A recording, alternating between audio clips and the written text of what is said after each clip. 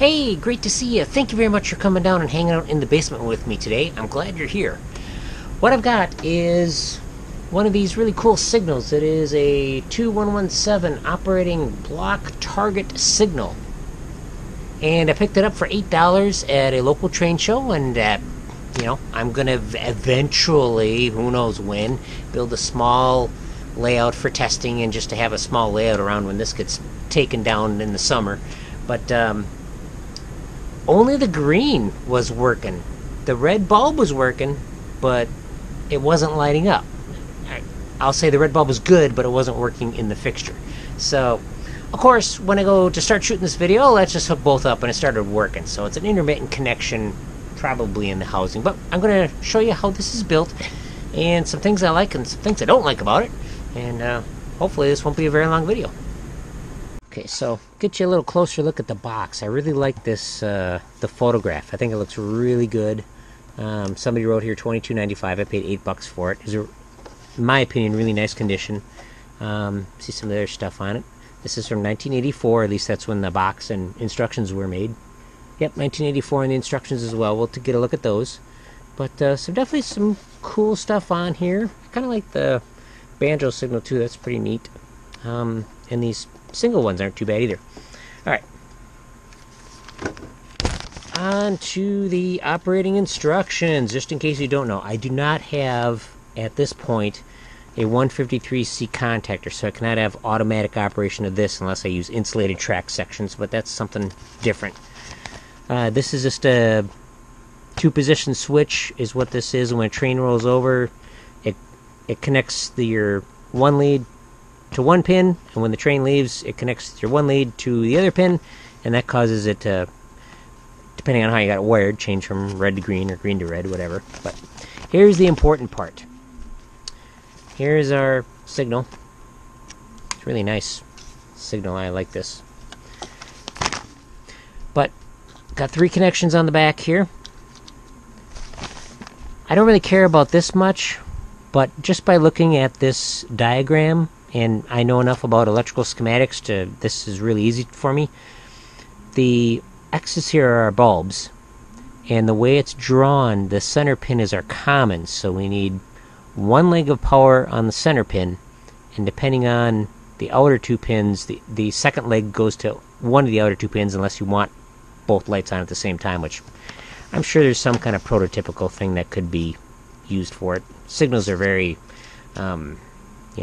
dependent on the railroad that they're used on, but that's a good source of information here to have how it's supposed to be hooked up. One more piece of information as to how this guy is made. I spotted this while looking at something else, because somebody showed a schematic, or a breakdown of this, which Lionel in '84 didn't make.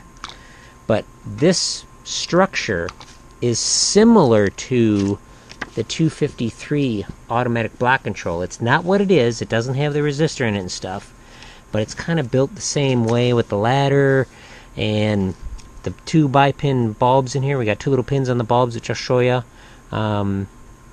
And this gave me some insight as to how this is constructed up on top here. So let's take a look at it. So here's our piece, and inside here they kind of wired it kind of weird with this wire that's got no insulation on it. Seems a little odd.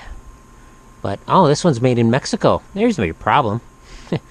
This was made when they were doing stuff in Mexico for like 1 or 2 years at the most. I didn't realize that. It says it right on there, made in Mexico. But, yeah, it's just kind of your traditional signal. But here's the neat part about it.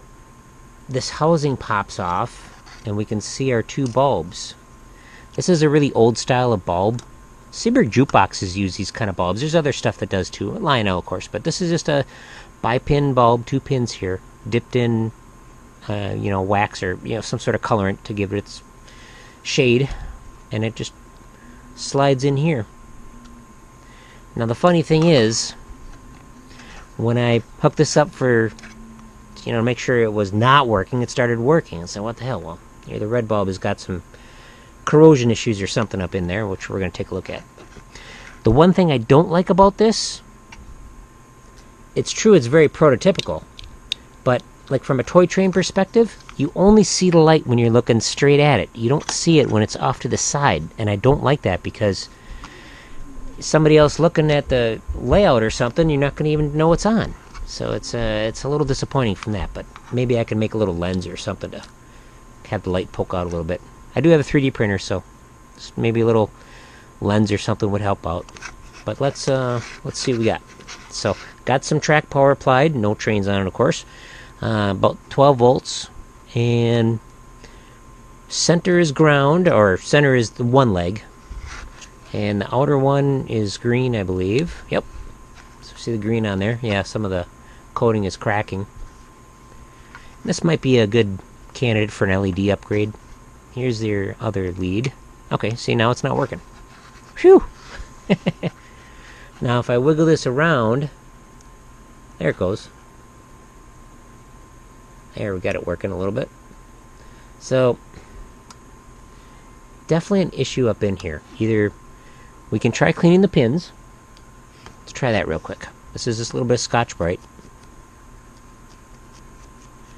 If this is still made the same way as that older block signal control, maybe there's still springs up in here that these press into. Well, okay. I'm basically looking for a solid connection.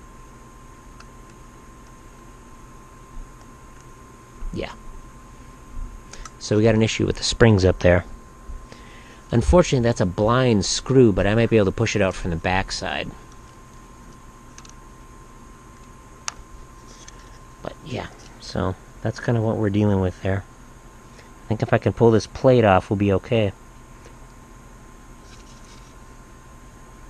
I can see the back of it there, so maybe a small punch. Oh. Yeah, it's got springs in there. I can see them. You might not be able to, but I can see them in there. Let me try... Gosh, what do you think would work in there to clean those out? Holes go all the way through. Sandpaper's pretty small for it. Well, let's see what I can work on. I'll be right back. Let's see how this one does. See if it's small enough.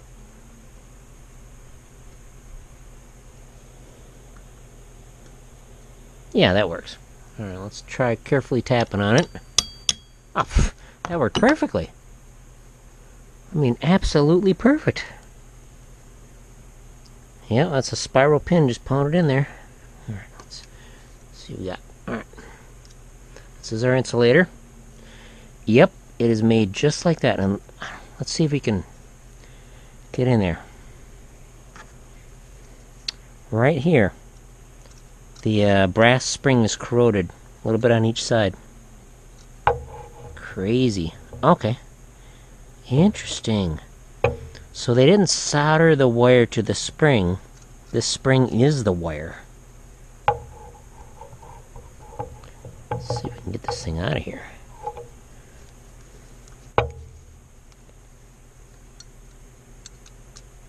Yep. This is just the wire coiled up. Wow.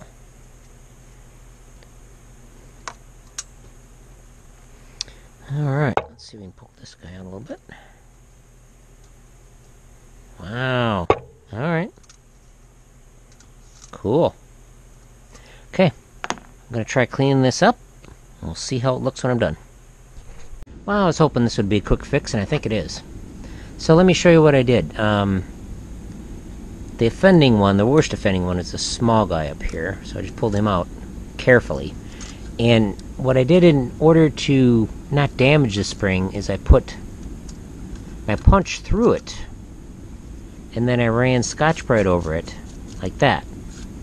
And if it's still dirty, I'll get in there with a knife and stuff, but I think for the most part it's going to work. And then just carefully put it back in.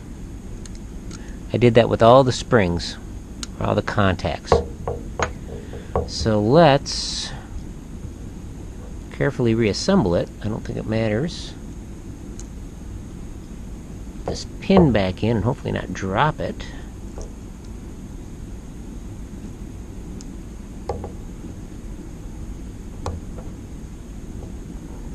There we go. Just a press fit in there. Now, let's fire up the transformer and check it out. Alright, so we got black, which is our common in the center, and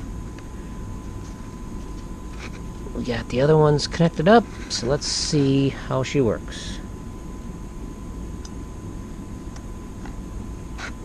Ah, transformer's not on. There, with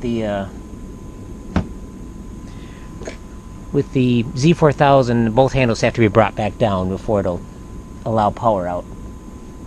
Good safety feature. Alright, now let's try it. Beautiful. Nice and solid. Like I said, nice and solid. Okay, that looks good. Then we'll put the green one in below it, and hopefully that one will react nicely. Yeah, that green coating is real dim. And this just holds on with some clips. Alright, so that is working. Alright, cool. Let's wrap it up. Well, it sure is great that they don't all have to be super involved, detailed projects where you dig out the multimeter and trace wires and do all that kind of stuff. It can be pretty darn simple. And luckily I had some insight onto how that original one came apart. And, you know, just pays to do your research. Let me know what you think, and let's toss it on the layout and wire it up. Even though I don't have a switch, we'll just leave it on green. Heck, we'll leave it on red, so it'll, that way we know that it keeps working. Thank you very much for watching. Be sure to check out the back catalog, and really want to say, have yourself a great day.